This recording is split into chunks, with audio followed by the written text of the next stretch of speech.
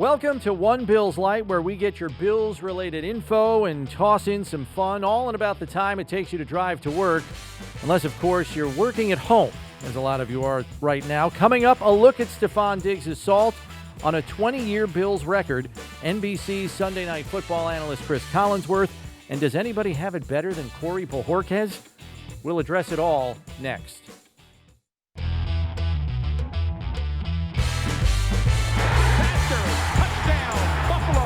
And it's Steve Tasker who has been all over the field. Kind of unique. He was kind of a dual-role player for you. Steve! A balloon. Steve! A blimp? We're not even in the stratosphere of normalcy here. Welcome to episode 6 of One Bills Lite, the fun-sized version of our daily show from Monday to Friday, One Bills Live, with 1/4 the calories, Steve. And it's a top-of-the-marquee game on Sunday night between the Bills and Steelers, as we all know. Currently, the 1 and 3 seeds in the AFC squaring off at Bills Stadium. Build up to the game here, Steve. What has it been like for you? This is one of those games. It's just another game on the schedule that seems bigger than the last important, really big game you just played. The Niners were a really good defense coming in. They were in the Super Bowl just 9 months ago. They have had injuries, yes, but they've got to still have that coach and they have that shine on their season where you feel like with a couple of signature wins for them, they're back in the race. Can get into the wild card and can make a run at it. And they'll get guys back late in the season, like Jimmy Garoppolo, like Kittle, those guys. They got a chance to, if they can kind of hang in there until they get healthier, that they're going to put together a run. And they got a good defense. And they still have a good defense. They were just injury-riddled. Yes, but the Bills got a game from their quarterback that is as good as any game from any quarterback in the league this year. And he's had 3 such games. Yeah. By the way. Yeah, so they ran into it, and the Bills showed up big time, and there you have it. It was a really good win for the Bills, but got this game this week against the Steelers. Yeah, it's big. It's another one. It kind of reminds me of the commercial with DJ Khaled, and another one, and another one, because that's what you have. You got another big one here against the Steelers, and even though the one after that against Denver certainly doesn't have the marquee value with the season that the Broncos are having, it's going to be just as important because if the Bills win Sunday night, Denver could be a division-clinching scenario in Week 15. Right. Think about that for a second. Yeah. Time to play the numbers game now, though, Steve, as we do every week here on One Bills Lite. And our focus... I haven't gotten these right very much lately. You did pretty good last week. I thought you got all 9. We had a list of 9, and you got them all. Oh, I did do that. Yes. Everybody's scoring touchdowns. This one concerns Stefan Diggs. He missed out on setting a team record for fewest games to reach 1,000 receiving yards. He did reach the mark last game against the Niners, went over 1,000 yards, now has 1,037 receiving yards this season. Did that in 12 games. Can you name the 2 Bills receivers who hold the record for fastest to 1,000 receiving yards in a single season? Give it a whirl here, Steve. I can do this.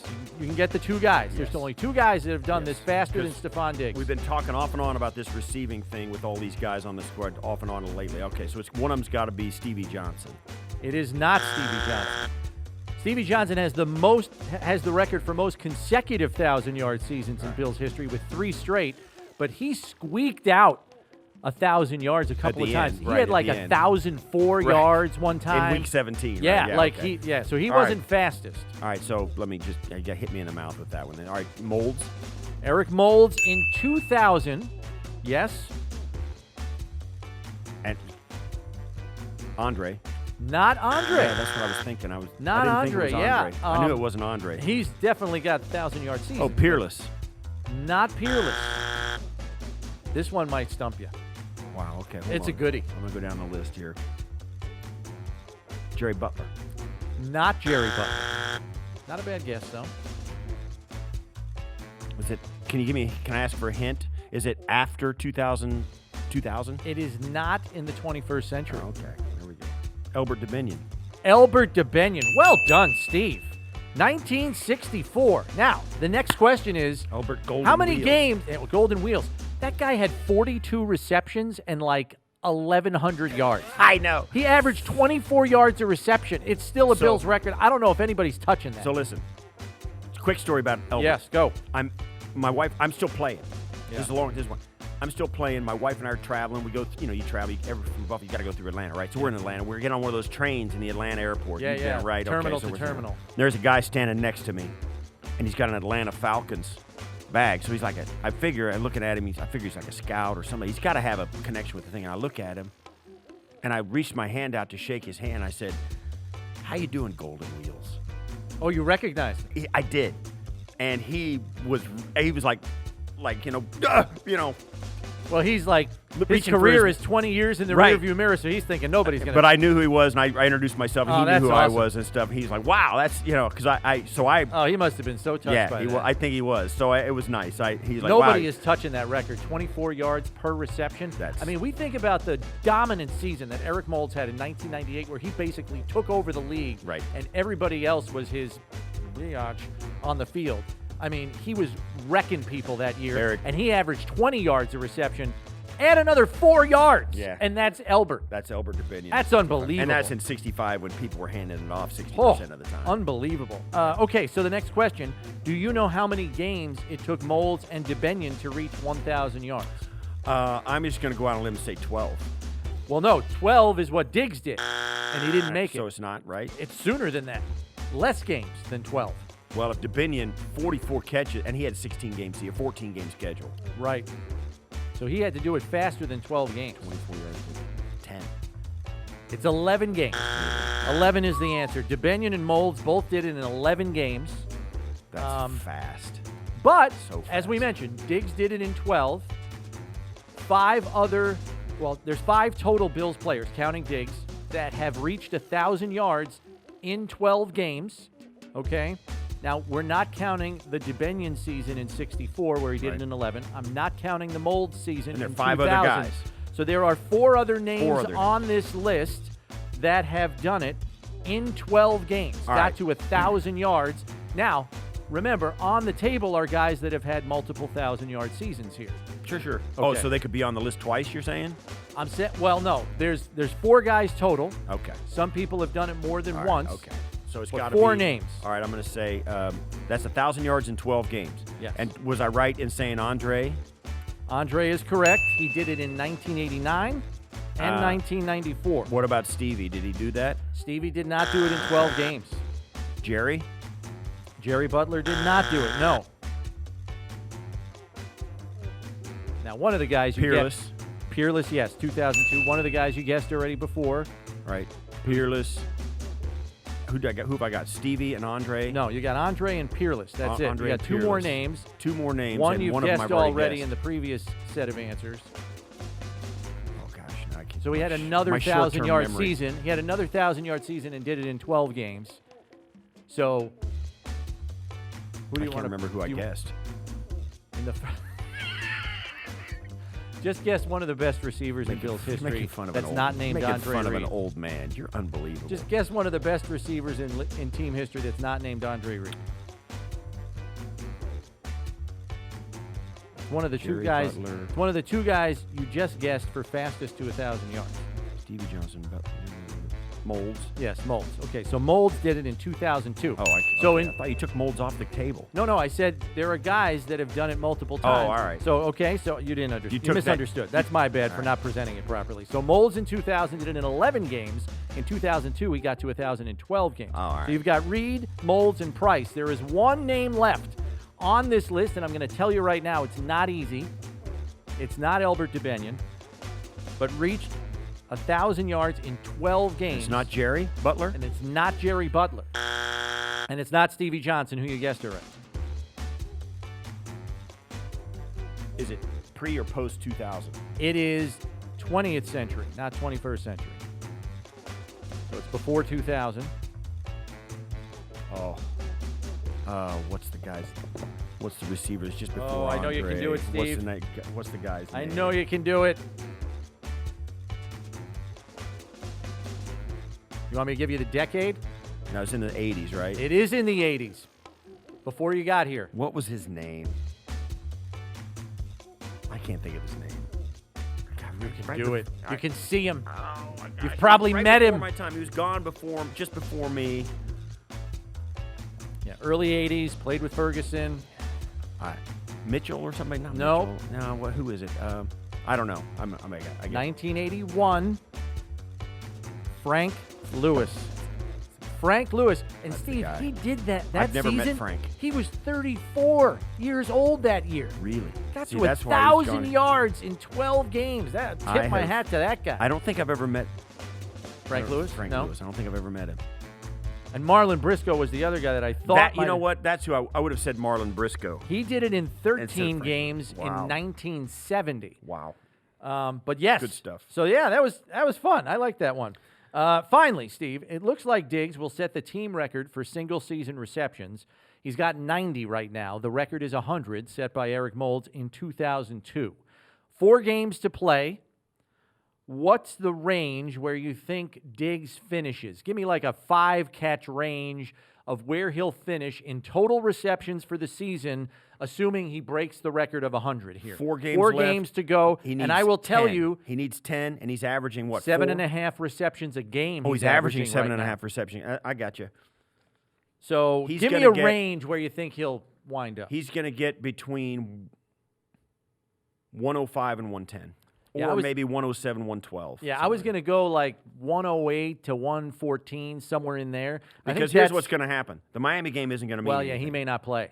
He may not play in that game. Right, So yeah, maybe 105 to 110 is better. right. That's That what might I'm be saying. the better 105 to 110. Might be going That's 3 games. because he's He might be playing and 3 the more games. Patriots won't let him beat him. Yeah, Okay. I feel good about I that. think that's a fair range, but I think he definitely gets I think the he record. has like though. 12 catches, 12 catches against the Broncos. Yeah, he definitely gets the record, I think. All right. Yeah, because A.J. Bouye is not going to play in that game for them. He 'Cause just he's got suspended. for 6 games. Okay, time now for our featured interview of the week from Sunday Night Football. NBC color analyst Cris Collinsworth, who talked Bills Steelers, Josh Allen, and just who might have the edge and where in this pivotal AFC clash Sunday night. It is the one, the only, Cris Collinsworth joining us now. As you know, what would be great is if we could have Chris do the slide right into the side of our Right. our simulcast here that's on MSG, and just like he does with Al every single time. He does that little slide in when There they he pull is. out, and oh, here he comes! There Look he at is. that! Oh, look at that! There it is! There it is! There's the slide. Hey, Love it. Let me The, just the slide got banned with COVID this year, man. All It's right. like, we That's can't right. do anything anymore. just to be sure, you're not on with Mike Al this week, are you? You're on with Mike. You're right. That's right. It is yeah, Mike Tirico. Yeah, Yes, it's I just one stand of those corrected. guys, whoever. Doesn't Yeah, matter. yeah, yeah. No, I'm just kidding. Just a joke. It's just a joke. So, That make it better? There it Yeah, is. no, there you're you go. great. You're great. You're great. right. Congratulations, and thanks for being on with us. What do you think at this deep into the season and the Steelers coming into Buffalo on a Monday night Or There's Sunday night. A Sunday night. This is a good game. I mean, do you feel like this is going to be the kind of game we anticipated being? I think the Steelers are a really good football team, and the Bills are peaking here at the end of the season as well. Yeah, it's interesting after coming off of last weekend's games and the Steelers struggling offensively, right? I mean, this is a different. If you haven't seen the Steelers play here lately, they're a very quick passing team now. They went from Ben Roethlisberger stiff arming guys, moving around, hitting them with his forearm, keeping them off of them, pump faking. 4 seconds later, hitting Antonio Brown in the corner of the end zone, to now they get it out faster than any other team. It's like between 2.0 and 2.2 seconds, and they don't run the ball well. I mean, they really do not run the ball well. And in the game last week, they really struggled. They had so many times that they would have just put the game away if they could have gained a yard. I mean, whether it was on the goal line, whether it was on 3rd and 1, 4th and 1, whatever the case may be. So they're hurting a little bit on the offensive side. And meanwhile, Josh goes out and plays like I was literally blinking my eyes watching that game last week. I'm like, who is this guy? They have just developed him into a real quarterback. This isn't the kid that was throwing it down the field, to see how far he could throw it, and then, whenever things weren't open, just take off and run. And, this is a different guy now. He's playing quarterback. He's reading defenses. I thought he looked great. What do you think changes, though, Chris, for that Pittsburgh rushing attack? We know Connor's off the COVID list and will be available for them. Their number one back. And then there's a good chance that Maurkice Pouncey comes off the COVID list this week as well, who's kind of the general up front for them. Do you think that helps their running game cause at all? Yeah, well, of course, it's going to help some. Those are two great players. So, but even when they were playing, that's still how they were playing. It's almost like you go back and Ben is, he's coming off the elbow thing, and he's 37 years old now. And you get the feeling that he's really running the show, that almost like in a 2-minute offense. It's so weird for me to see Pittsburgh throwing the ball, 45 to 50 times, and on 3rd and 1, throwing the ball and tackle eligibles. It was almost like verboten for Pittsburgh at one time. It was like they had to prove their manhood to you. They were just going to pound it down your throat. And it's really not that. Now, defensively, they look the same. Defensively, they look great. The problem they ran into last week was they had a couple of key injuries. They had the signal caller. They had both their cornerbacks out. So they were interchangeable with some parts, and it really just kind of fell apart a little bit at the end of the whole thing. So they were, just the Washington football team doesn't have this scheme that's just going to have everybody pop wide open. And yet in the 3rd and 4th quarter, after all those injuries, those guys they were popping wide open. I wanted to ask you as well. You played wide receiver back in the 80s. Our careers overlapped a little. You played a lot more wide receiver than I did. But when you look at this Steelers wide receiver crew, and I'm just they've gone without a bye week. It's been a long stretch for them. They've been jerked around with their schedule. So emotionally, they're like, okay, when are we going to play? What are we going to do? They just came off that big game with Baltimore. It struck me as all the drops with the Steelers receivers. That seemed to me systemic. It didn't seem like struck me as a bunch of guys that were kind of mentally tired. Maybe, but they were that way the week before too, when they had 10 days before they played on that Wednesday that we did the game. So right. I can't really explain it. They're young guys. It's a long season, as you well know. You start hitting this point, and Chase Claypool and Deontay Johnson and some of those guys are, I'm sure they're thinking back to the days when they played 11 college games and they thought, oh boy, I'm exhausted at the end of it. I know my rookie year, we went to the Super Bowl and I got to go to the Pro Bowl. I played in 24 football games that year. Even the 4 preseason games, because I was a rookie, I was playing most of the game. And I can just remember how stunning it was. Like at the end of the year, you're just going, oh my gosh. And then you're starting to play in some weather that I had never played in at the University of Florida. It's just, it begins to work on your mind a little bit. But, these weren't hard drops. For the past 2 weeks now, these have been drops like right there, like right in their hands. And in the biggest of situations, in the red zone and 3rd downs. And I can't imagine it going on, but, you might be right now. Maybe it is inside their heads a little bit. Chris, what about the Bills' offensive play caller, Brian Dable? He looked a step ahead of Robert Salah on Monday night.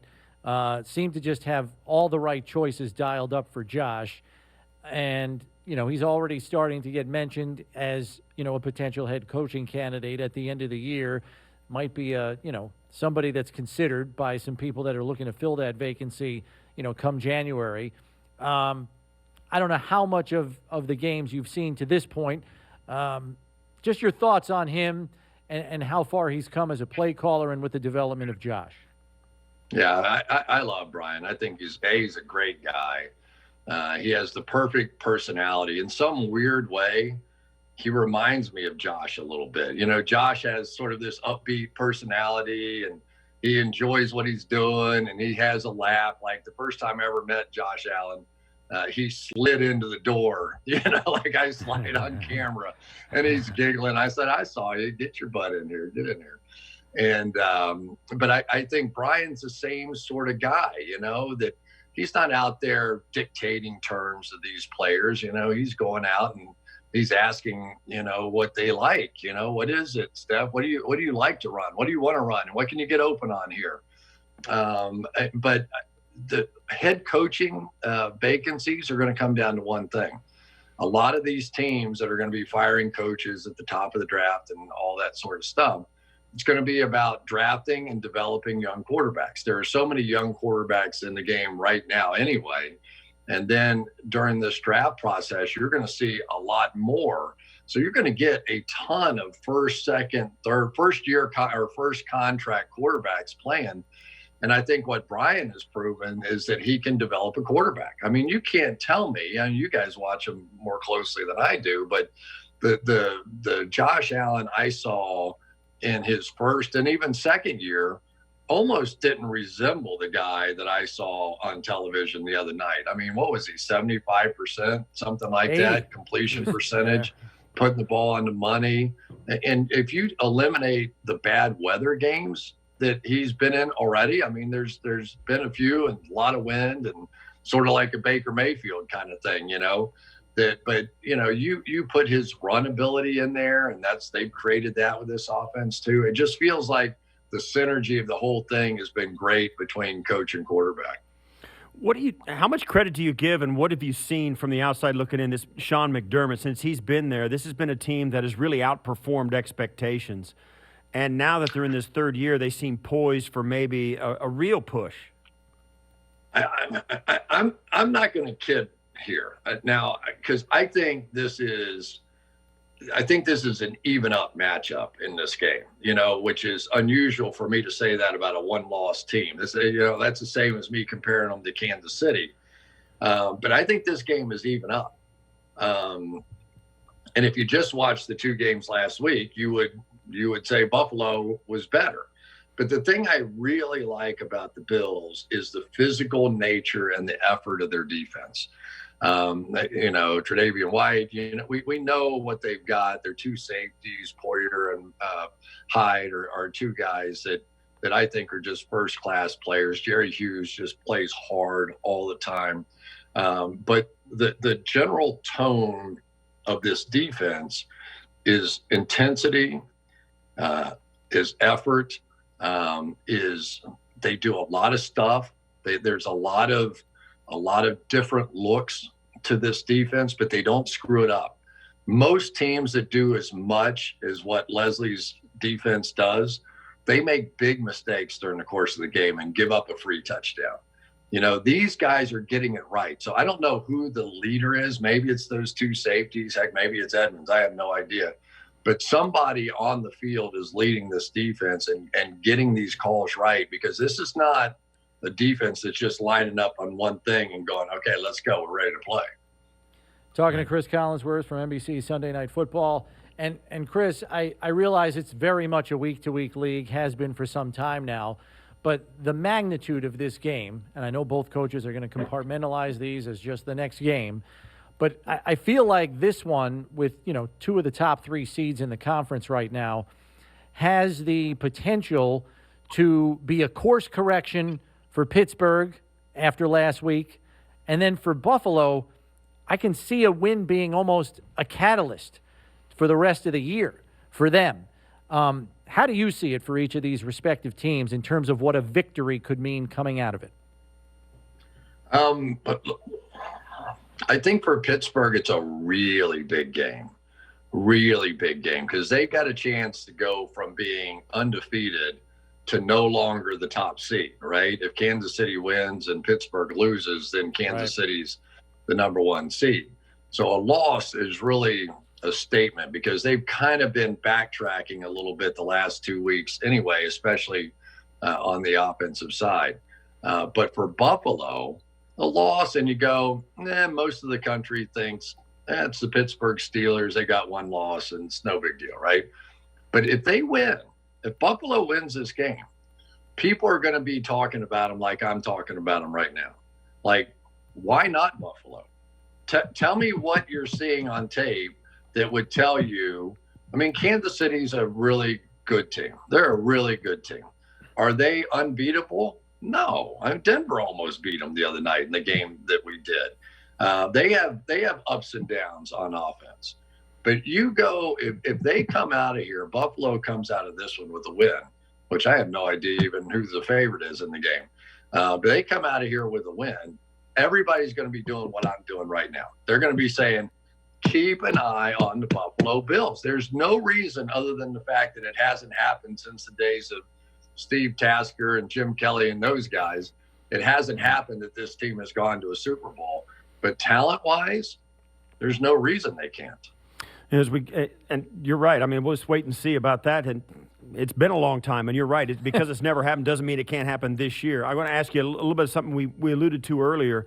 In the division, a team like the New York Jets and what happened with Greg Williams and the things that happened last week with him calling a zero blitz and the Raiders hitting it for the win, a team like the Jets who is going to be looking ostensibly, I don't know if they're going to fire Adam Gase or not. I would think they probably are. The writing's on the wall.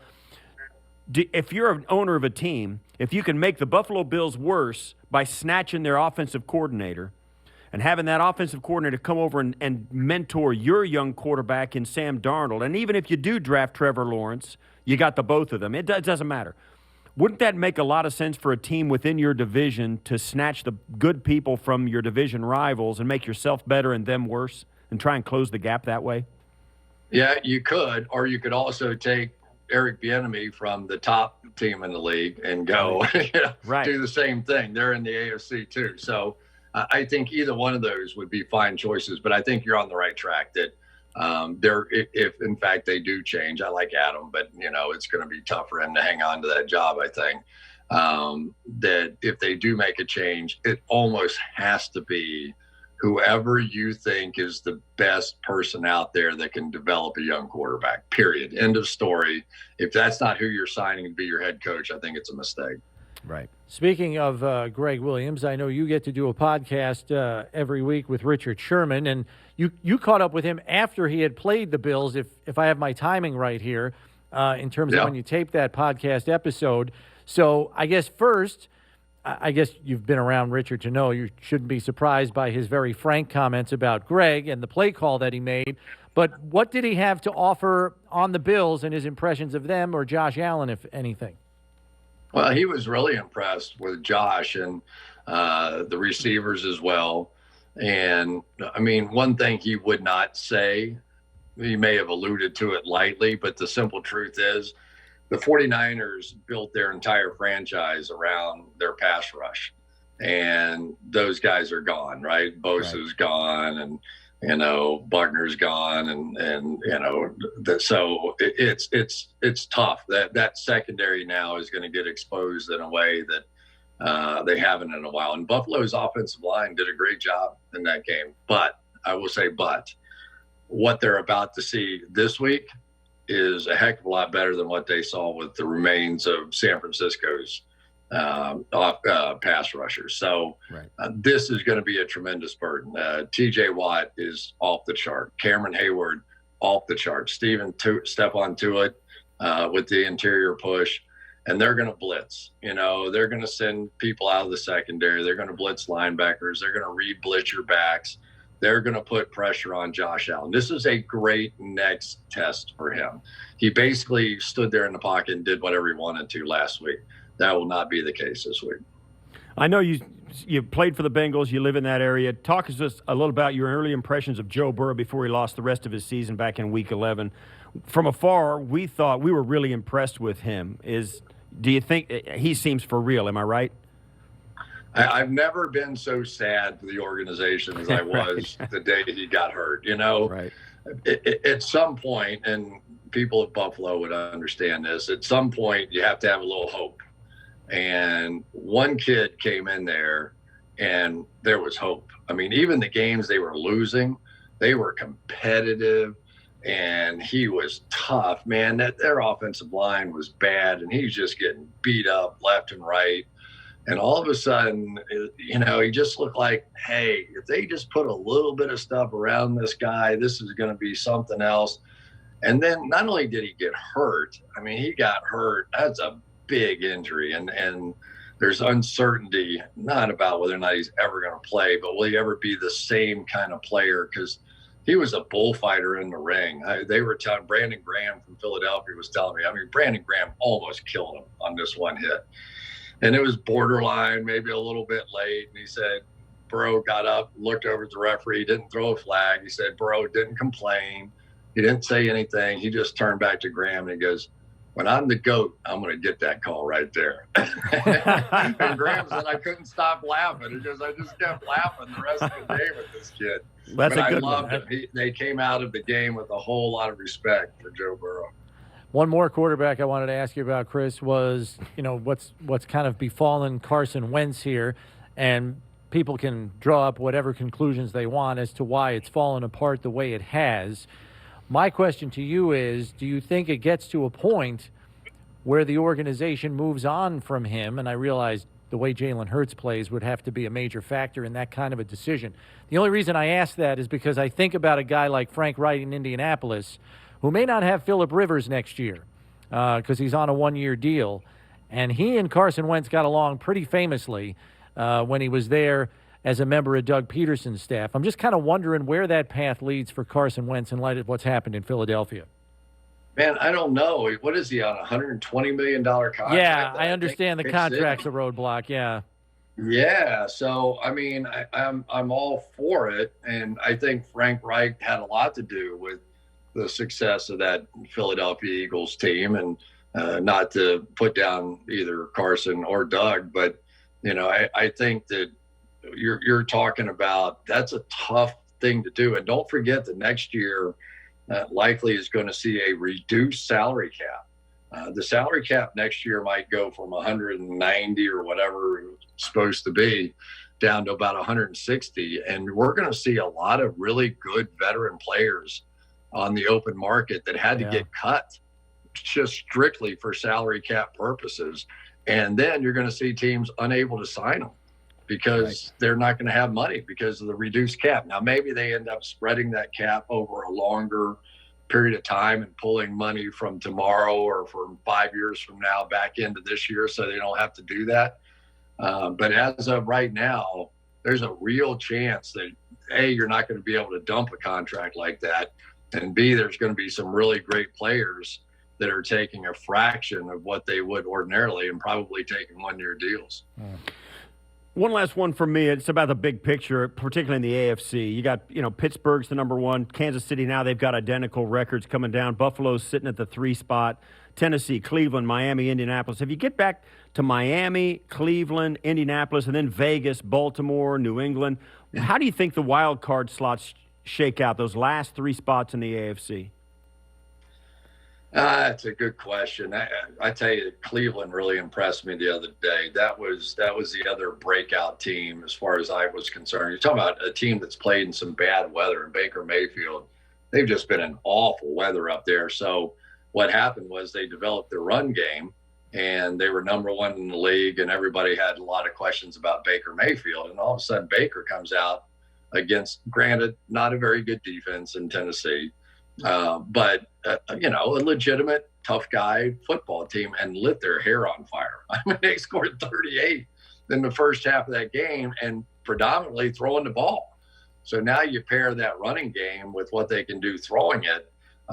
That's something. And I still think it's going to be really hard for Baltimore to not get in. They're going to get some of their big guys back. Calais Campbell and company are going to get back in action down the stretch run, and they might come in as the 7 seed, a team like Baltimore, but I sure wouldn't want to play them in the first round. And then, after that, it gets to be New England's the one you can never take your eye off. Las Vegas was a little lucky just to be where they are right now. But I think if I had to say which teams are sitting there that aren't Pittsburgh or Kansas City that I think could still win this thing, Buffalo, Cleveland, Baltimore would be the ones I would say. Chris, thanks for the time. We appreciate you carving out a little bit of your afternoon with us, and we look forward to watching you on Sunday night with Mike Tirico. Thanks for the Chris. time. See you, man. You got it, guys. Good seeing you. Our thanks to Cris Collinsworth for giving us some time here on One Bills Lite. Time now for Something's Got to Give. It's where we pit two opposing parts of each team in the upcoming Bills game and assess which one will falter. Steve, you ready? I'm so ready. Okay, Sunday night's game between the Bills and Steelers is a battle of division leaders. Josh Allen leads the number 3 passing offense in football into the Sunday night game. The Steelers bring the number 2 pass defense to the table. Buffalo averaging over 276 yards per game through the air. Steelers' pass D is allowing under 200. I should mention the Bills have the number 1 third down conversion offense in the league at just under 50%. The Steelers' defense leads the league in points allowed, sacks, and interceptions. They're also 4th in third down defense. Something has got to give here. Which unit gets the better of the day? Let me just, Your Honor, let me just take my lawyer's thing. Barry Mason. Define falter. Well, I guess which team comes out on top, has the better night in terms of neutralizing the other or winning over the other in So this does that mean specific above, area. Like, so do the Steelers give up more yards, more third down conversions, that, and still win the game, and they fall? You know what I'm saying? I Do think the Bills what I'm- score 35 and lose, and then that means the defense faltered? I guess what I'm or do they asking score here- 10 and win, 10 and lose? Let me clarify. I guess what I'm asking here is which side of the ball in this matchup holds truer to their form based on a lot of these numbers than the other? Like, There's a do huge the Steelers go out and have a big sack and interception day and hold them down? Or do the Bills come out and kind of do what they do in the passing game? There's a huge gray area there, though. Okay. Because if the Bills could play subpar, Josh throws for 230 or 200 even, the Bills win. Okay. And Why? Why do they win if he throws for 230? I don't know. I'm just saying, because they score. I don't. So you know what I'm saying? And like the Bills pick Ben off a couple of pick sixes or whatever. Okay. The Steelers are giving up just shy of 200 yards passing a game. I mean, they're killing it. Yeah. So if Josh throws for 205, or 230 even, and the Bills win, Steelers still did a pretty good job. They did. You know what I mean? Yeah, you're right. That's what I'm saying. I would say this, though, looking at this specific matchup. Because I think that's more likely. I would say this, though, looking at this specific matchup. As you just stated, if the Bills only throw for 230 and the Steelers do their job, there's probably a pretty good chance that the Steelers can win the football game.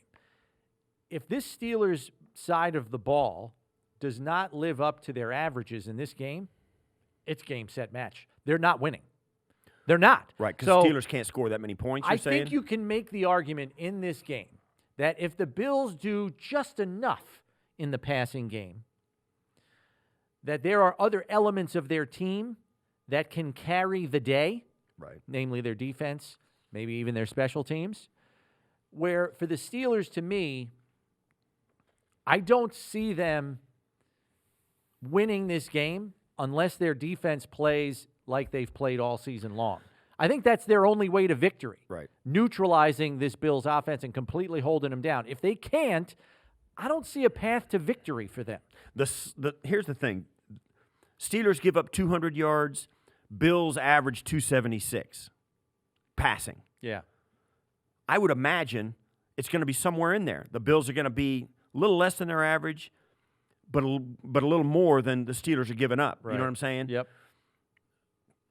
But if the Bills go 280, Yeah. yeah. My fear in Or this if they one, go 195, yeah. it goes towards that side of the ball. My fear in this one is the takeaway ability of the Steelers. Right. I mean, they lead the league in interceptions. I think they're a plus 11 in the turnover margin. So that is the one statistic that scares me because we know how much that impacts the outcome of games.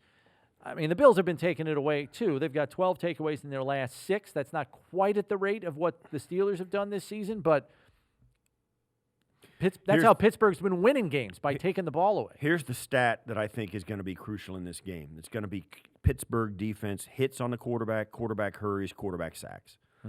how much they're in with in Josh's lap. For Buffalo, it's going to be third down conversions. If the Bills are 10 of 13, they're going to win. You know what I'm saying? Those are the stats. They weren't great last week. Hmm? They weren't great last week on third down. I want to say they were like 4 of 11. 4 of 11, maybe? I'll have to They go didn't look. get to third down very much. Well, yeah, they didn't need it.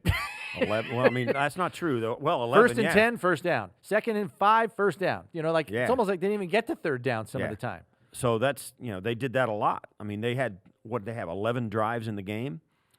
Yeah. And they had, 11 third downs? And they had 34 points. He That's didn't pretty get that good. very much. Pretty efficient. All right, finally, we have our one burning question.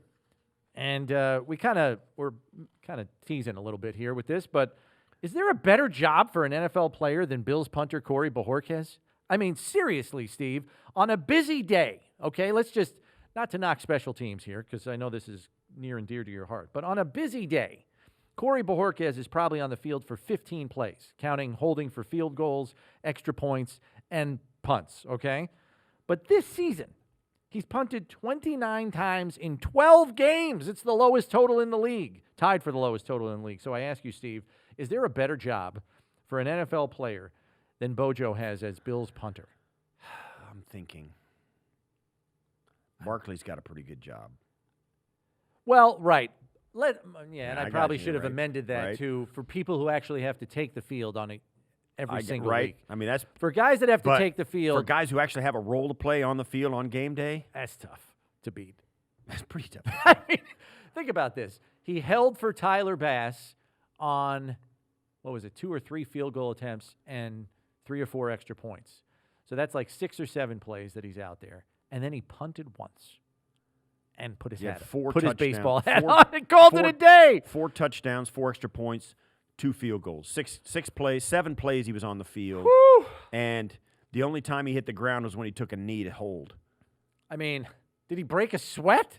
I don't know if he did. He worked, actually, there's no question about it. He worked harder in warm-ups than he did during the game. Yeah.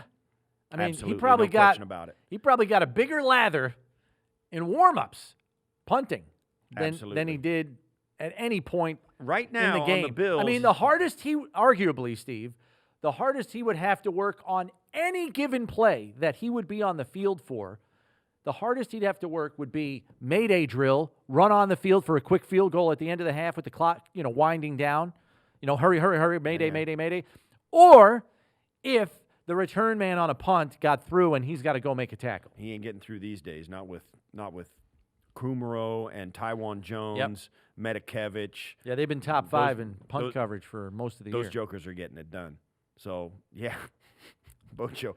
Punt, watch it for a minute, unstrap your chin strap and start walking off. It'd be great if they could bring out like a chaise lounge for him just to kind of put at the end of the bench. Listen, let's not get a little drink with the umbrella. Let's not go off the hook here. You got to stay focused here. Stay humble and hungry here. You can't start jacking around. I think that would be But awesome. you're right. That game and the Bills offense, and I said it the other day, they're killing it staying on the field, this offense. It got lost in the wash. But their drive right before halftime, they get the ball with 1:05 left on the half. And that bing, was bing, bing. premier Bing, bing, execution. bing. Field goal was no time on the clock. How about this? Coach was McDermott, after the game, called that execution at the end of the first half. He used the word elite, Steve. Yeah, it was. How often have you heard that word out of Coach was. McDermott's mouth about an area of his football team? He is hard to impress. He used the word elite. Yeah, it was. It was elite. And they just kicked the field goal. Now you're up 17 or up 10. Yeah. Going into 17-7 at the half, I think. 17-7 at the half, and not only that, they stopped the Niners when they had it with over 2 minutes to go. They were thinking kind of the same thing. They punted back to the Bills with over a minute to go, and the Bills take advantage and get 3 points out of it, go in at half, and they kick it off in the second half. That was big. That was high-grade stuff. That was absolute, positively elite execution. No question about it. But kudos to you, Corey Bojorquez. You are in a good spot right now. With the way this offense is rolling, He's wearing his baseball hat more than he is his helmet. It's a special Good for job him, to man. have right now. Good for him. All the more power to you. All right, that's all the time we have this week. Remember, everybody, when you don't have 2+ hours to listen to One Bills Live on all our podcast platforms and on YouTube, come check out One Bills Lite, where we inform, entertain, and get you ready for the next Bills game, all in about 30 to 40 minutes. Talk to you next week, everybody.